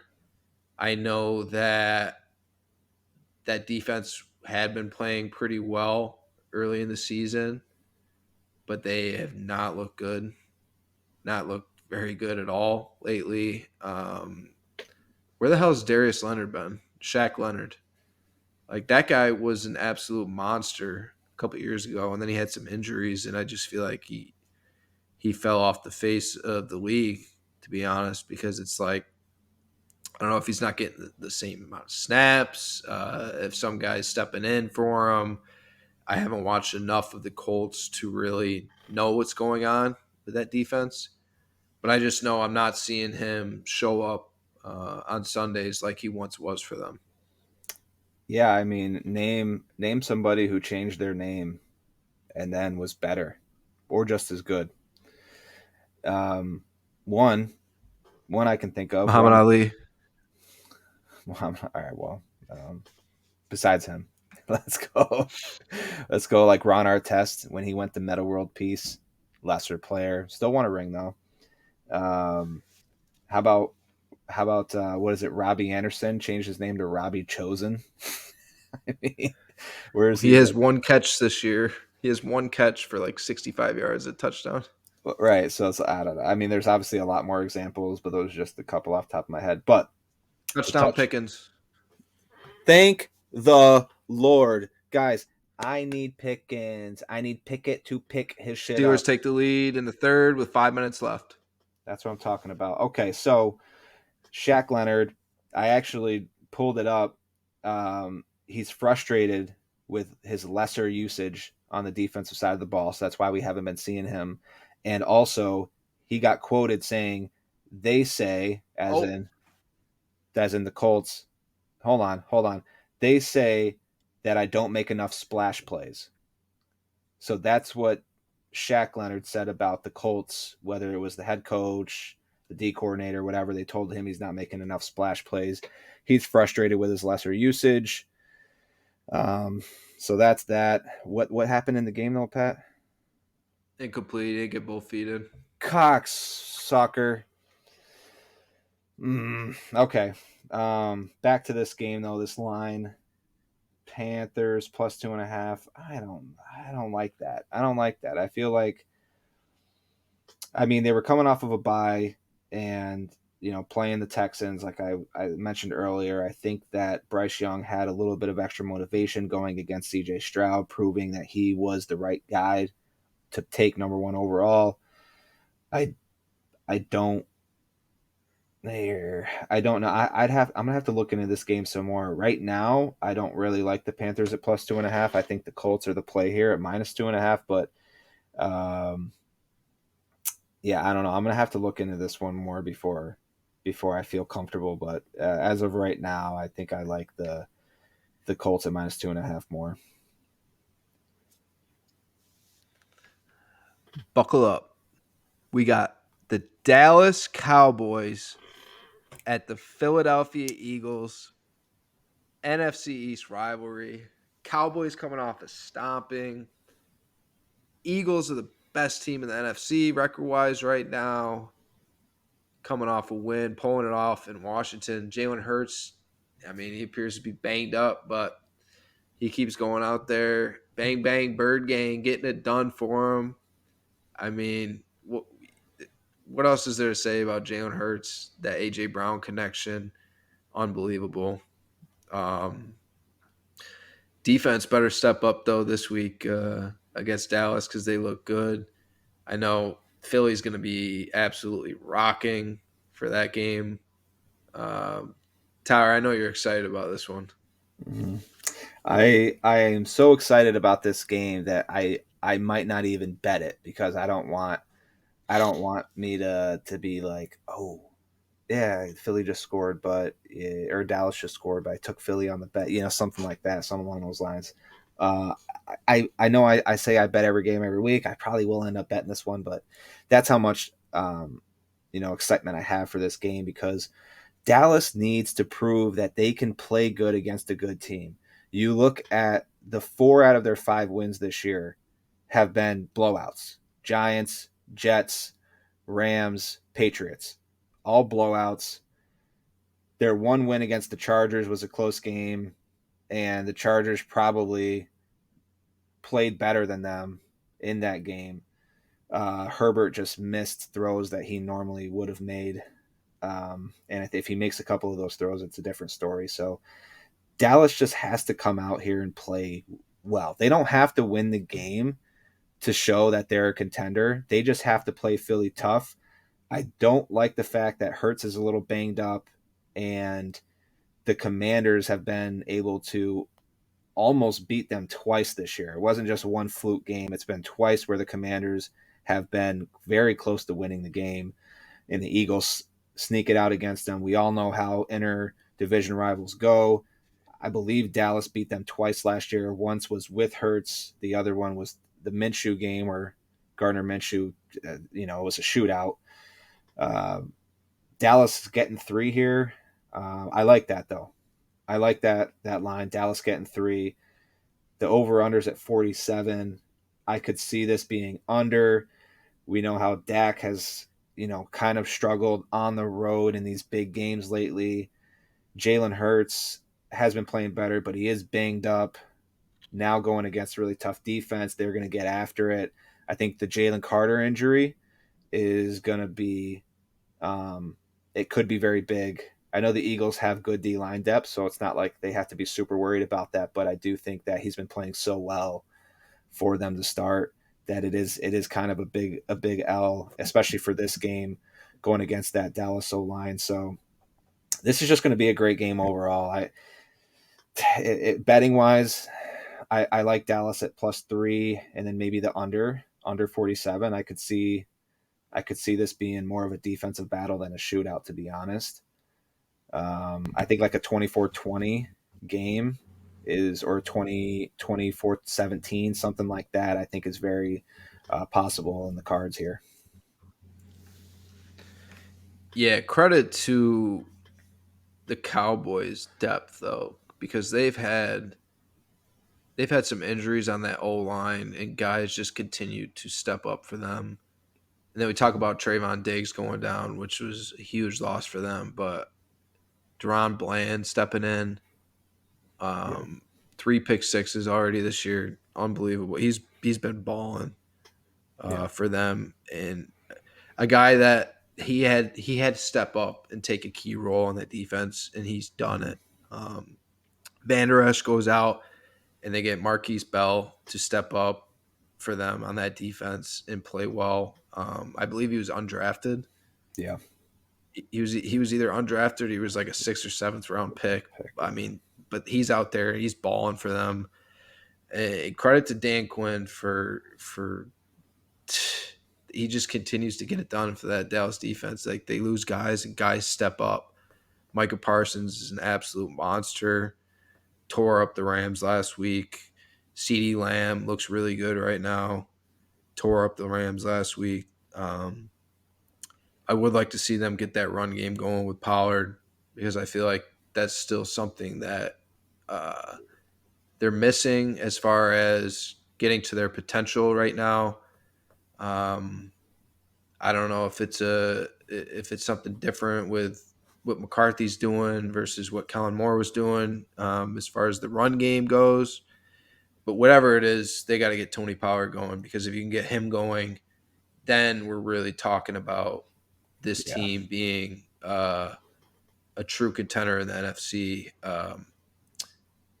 But yeah, it's this is a game. There's 3 games really this weekend. You got the Chiefs Dolphins. You got the Bills Bengals, which we'll get to, and then this game, Cowboys Eagles. I mean, if the Eagles can pull this off, that's really going to separate them in the division. So I see this being really, really big game for Dallas on the road. Um, Getting 3, I might like that as well. yeah. I But mean, either way, as a football fan, what more can you ask for? yeah, exactly. And to touch, Marquise Bell was an undrafted rookie last year, so he's in his second year now, and that's a, kudos, shout out to Will McClay. He just continues to fucking do it. He continues to find these defensive gems late in the drafts and undrafted rookies. Like he's just really good at what he does. But um, yeah, Deron Bland is right now the number one corner against like quarterback rating. So opposing quarterback rating against them, cornerbacks. Deron Bland is ranked number one.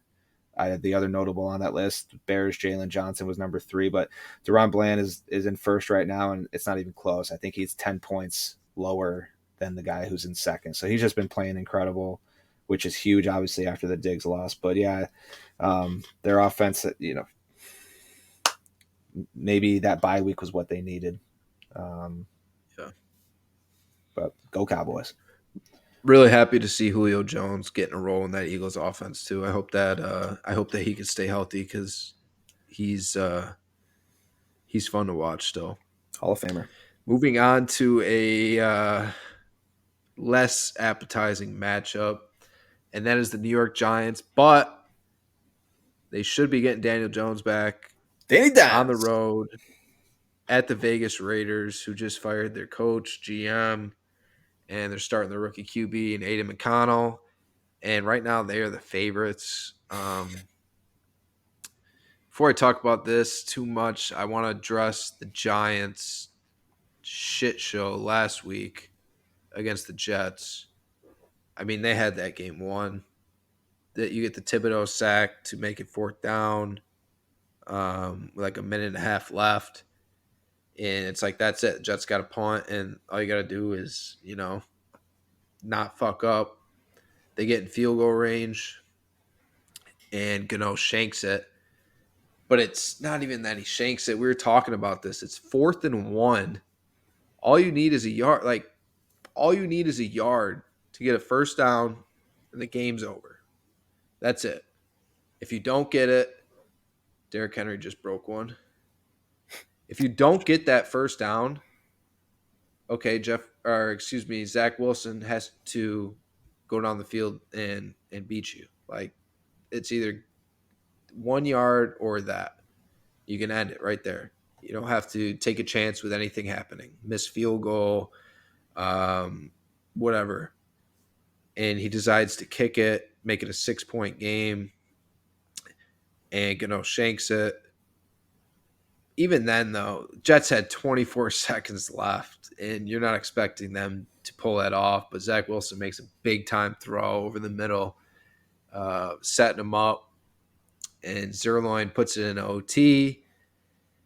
And then another questionable decision by Dabo is, didn't mention it yet, they're on their third string quarterback, Tommy DeVito, who I thought was bad at Syracuse. So the fact that he's in an NFL game playing quarterback was pretty mind-boggling to me.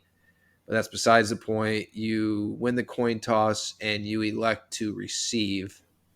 So the only way you're ending the game is by scoring a touchdown.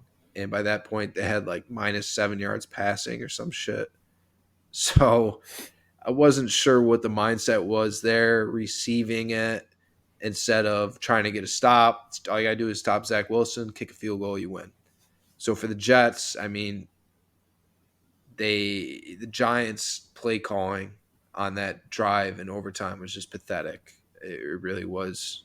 You were pretty much just being so complacent that you're handing it over to the Jets in good territory, 3-and-out punt, and the Jets go down, kick a field goal to win it. They're supposed to get Daniel Jones back. Raiders are obviously in a rough spot, but I talk about Commanders possibly coming together after those trades. This is a spot where you could see Antonio Pierce really light a spark in that team. I think McConnell's capable. I mean, the way Jimmy G looked last week, what is there to lose at this point by playing the rookie?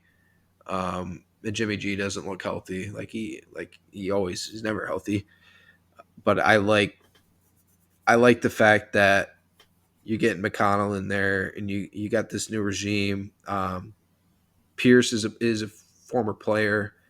He's going to know how to get those guys fired up. The Giants, you can't lose this game if you're the Giants. But as far as gambling goes, they're getting 1.5. I don't know how, but that's what it's at. What are your thoughts on this? Vegas knows something that we don't. Um, yeah, to piggyback off of what you were saying about the Giants' fumble of the Jets game, you know, there's one person I think that keeps flying under the radar, and he's not getting talked about, and that's Graham Gano, right? Graham Gano was probably arguably a top 5 kicker over the last 2 years. Last year he was incredible for the Giants. This year he's stunk. He has been one of the least accurate kickers this year. I've just seen him miss field goal after field goal, especially in clutch time when the Giants really need a field goal. He's missed it. And last year it was the opposite. He hit everything he needed to and more. If that 4th-and-1 is a 4th-and-3, I don't think we talk about Dabo making the decision, and then this ends up getting put on Gano. But, in hindsight, like I've been 50-50 on that. Like Pat mentioned, we talked about it, and it's like that you got to go for that. And then at the same time, if you look at it from the other perspective, it's like, all right, this is Gano, a kicker you obviously trust, whether or not he's had an up or down year. It's a kicker that they trust. It's a chip shot. 9 out of 10 times he should make that and probably would make it 9 out of 10 times. So they think, okay, kick this. You go up 6. No way Zach Wilson goes down and gets it. But at the same time, or like goes down and scores a touchdown. But at the same time, like he's not gonna like if you go for it and you don't get it, like he shouldn't get 50 yards in 20 seconds and do it. So like, yeah, I think Dable, we can talk about his decision there, but like the defense, which has actually turned it around and been somewhat of a solid unit over the last few weeks, just really shot themselves in the foot that game. Like they gave up that big play. I think it was like a 30-yard play or whatever. One of the first or second play was Zach Wilson. I don't even know who he threw it to, but they stunk. They lost that one. They should have won the game very easily. They choked, to say the least. Going into this game, getting Danny Dimes back, I don't know how the Raiders are favored after losing. Obviously, the head coach change. I'm going to ride with the Giants on this bet. But once again, maybe Vegas knows something that we don't. I think this would be a good game to throw in Giants money line if you like to do, you like to throw in a little underdog parlay. I think that the Giants might be a good team to throw in that. Yeah, and talking about that defense, Kayvon Thibodeau really looks like he's turning into that guy that they drafted. He's already got 8 sacks this year. Oh yeah, He looks really good right now. stud. He won them the game last week, and then they gave it away. So he won the game. Giants lost the game. yeah, is what it is. Moving on to a juicy Sunday night football matchup. The Buffalo Bills getting to on the road against the scorching hot Cincinnati Bengals, Oh man, coming off a win in San Fran where they made it really difficult on that offense. And Joe Burrow looks healthy, looks clean. I mean, looked so good against that Niners defense. That just doesn't happen against that defense. But Burrow was dicing them up. yeah. He really was. Buffalo's coming off that win on Thursday night against the Tampa Bay Bucks. We talked about how they were starting to get a lot of guys involved. Finally getting Kincaid in it, the guy that you drafted and you were talking about. Everybody was talking about, yeah, where is he? Well, we finally saw him last week, so that was good to see. Josh spread the ball around the field. James Cook continues to look good. They continue to hate James Cook and not give him the ball as much as they should be. Fournette coming in now. Not sure if he's playing or not. Cincy looks like are people going to learn the lesson on Cincy? Talking about them, the first month of the season, talking about how they're done and Joe Burrow's trash, da da da da.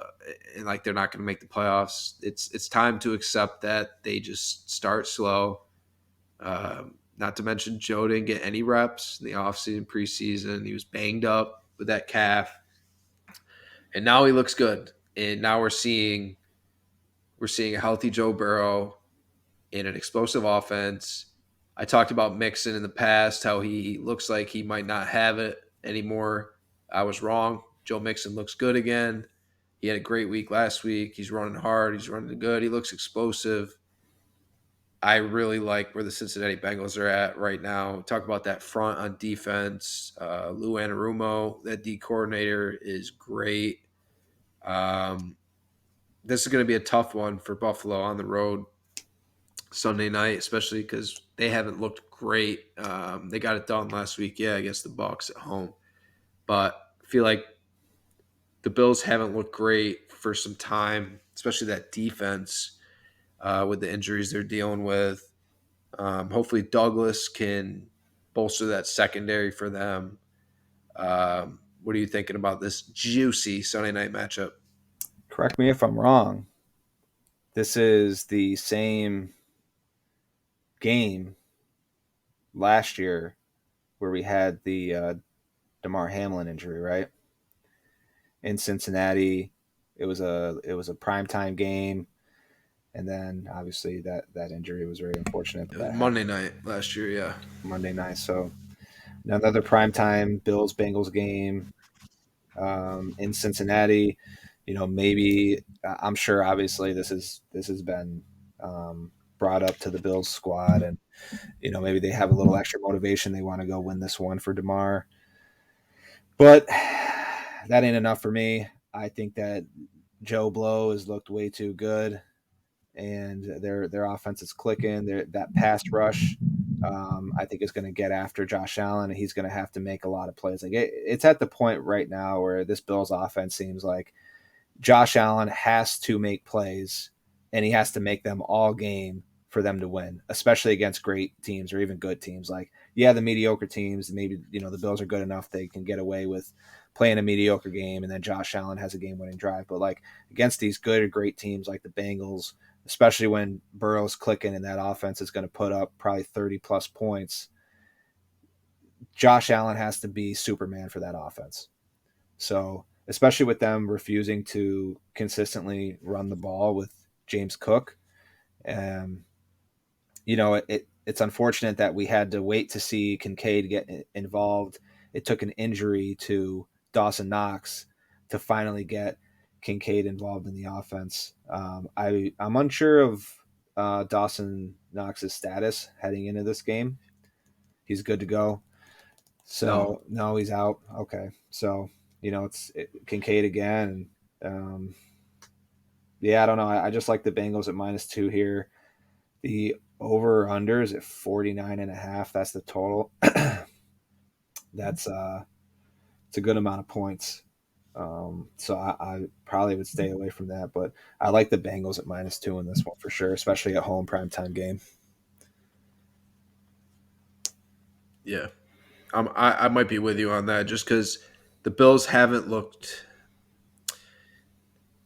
great, and like you said, there's too much of, all right, Josh, go save us. Mm-hmm. Like it feels like there's no scheme, there's no set up the run game for play action, get these short to intermediate routes, get the screen game going, and then take your shots when you get them. I said in the past that I think that's a problem Josh Allen has in his mindset as a quarterback, but I think that has to do with their OC and Dorsey as well. I just feel like there's way too much hero ball, I guess would be the term for it, in being like putting everything under QB's plate and saying, hey, like you said, be Superman, go out there and save us. And I said it last episode, their defense is too banged up right now for them to go out and just fuck around on offense with like no plan and just wing it, and see what happens with that, because those possessions count a lot more now when you don't have the defense to bail you out. But either way, should be very exciting Sunday night matchup. Given Sin City was the team that ended the Bills season last year in Buffalo too, so they're a bit of a revenge game for Buffalo. They should be fired up for it. Obviously, since he's going to be fired up for it, this is a nice little rivalry that's been brewing up in the AFC. Moving on to a less stellar primetime game. That's the Monday night game. We got the LA Chargers on the road, giving up 3.5 at the Jets. Yeah. Chargers coming off that big win against the Bears. Well, I don't, not a big win, but they beat them big, as they should have. They should have beaten them big in that spot. Took care of business. Jets pull it out. We already talked about that game from the Giants' perspective. Jets just continue to find ways to win these games that Jets fans are so used to them losing. And that's a credit to Robert Salah. That's a credit to Zach Wilson, um, especially last week. That drive with 24 seconds left to go down and get him that field goal. That's that's a big boy drive. That's a big boy NFL quarterback drive. out of Zach Wilson, and that's huge for the growth of him. Um, and the fact that when you look at these teams that it's only 3.5. I mean, Vegas knows that the Jets are gonna make it. Like Salah says, he's gonna make life a living hell for the opposing quarterback. It doesn't matter how good. We've seen it with Josh Allen. We've seen it with Mahomes. What they've done to him. That defense is gonna play, and I expect this to be a close game. I don't expect the Chargers to blow the doors off by any means, given how they continuously underperform. And I feel like this is a great. It's going to be a great atmosphere there on Monday night at the Meadowlands for the Jets and their fans. And the continued optimism of, hey, maybe you keep going with this thing that Rodgers can come back down the line for him. I like the Jets in this spot plus 3.5. What say you? Chargers find ways to lose games, so uh, them being the favorite at -3.5, it's I think that's the sucker bet here. Um, Obviously, you expect Herbert and that offense to try to win the game essentially, but I don't know that Jets defense is just so tough, and Zach Wilson has been better than a lot of people have expected him to be. I think that the Jets getting 3.5 here is a good number. I agree with you there. The total at 40, that's a good total. Uh, I maybe fade it and go under. That might be the play here. I mean, the Chargers just like this is kind of like the ultimate matchup, right? You have a great offense going against a great defense, then you have a mediocre offense going against a very mediocre defense. Um, yeah, I don't know. I like the Jets plus 3.5. Fade the total, take the under, maybe, fade it to 46, 47, something like that. If you want to parlay that together, get a little extra money out of that. This is also another one of those money line dog teams to throw in that parlay. So, like week to week, when I say that about the parlay, every week I like to get anywhere from 3 to 5 games. It just depends on how good I feel about those underdogs and those matchups. And I put them all on a parlay. Just take the money line on the underdogs, throw them in, and this could be a good one. This could be a good one to throw in there. And if your parlay's hitting up to that point and you just have this on Monday night, maybe you can do a little cash out before that game hits. But yeah, I don't know. There's a lot of dogs this week that I feel like they have a solid shot to win these games. But yeah, no. But aside from Yeah. that, though, 3.5 Jets, I like it. Yeah, some good looking dogs, and then just a ton of uncertainty at the quarterback position going into this week, too. So definitely, if you are going to be placing bets this weekend, keep an eye on those injuries for the quarterbacks across the league, because that's going to make a big difference. If you like a certain line right now, regardless, then put it down early because it's likely going to change. Given the status updates on some of those quarterbacks. Yeah, the underdogs though that I like right now, like if I had to throw a parlay together right now, I'm taking 3 to 5 teams. The three that I actually really do like, and I think that they have a great shot at winning the game is the Rams as the dog plus 136, Giants as the dog plus 105. It's not much of a dog, but still a dog, and then the Jets plus 150. They're a dog. And then there's two games that are a toss up. It really just depends on how you feel about these. That Cowboys game, they're at plus 130. And then the Dolphins game, the Dolphins are the underdog against the Chiefs. They're at plus 105. So those first three, I feel good about. The latter there, the Dolphins and the Cowboys are kind of 50-50 toss ups. I would feel more comfortable taking the spread on those as opposed to straight up in the dog parlay, especially if you take the Dolphins and it ruins it right off the bat for you. Now you're just fucked for the rest of the Oh, day. it's the worst. Yeah, so maybe stay away from that one. Yeah, nothing worse than losing that bed at 9:30 Yeah, before the slate even really kicks off. And what a feeling when you win that and you're like, all right, let's have a day, baby. But I exactly. might have to, yeah, we might have to go in together on that underdog parlay. I love the sound of that. Might have to get that out on a post too Hmm. for everybody because that does sound It juicy, does sound very juicy. juicy. Juicy. But hey, that's all we got for week 9. That's all we got for this episode 6. Make sure you like and subscribe on YouTube. We will be back next week. Follow us on Facebook. Follow us on Spotify. And Tyra, you got anything else? I will see you on the box. Yeah. See you on the box for some games. Goodbye.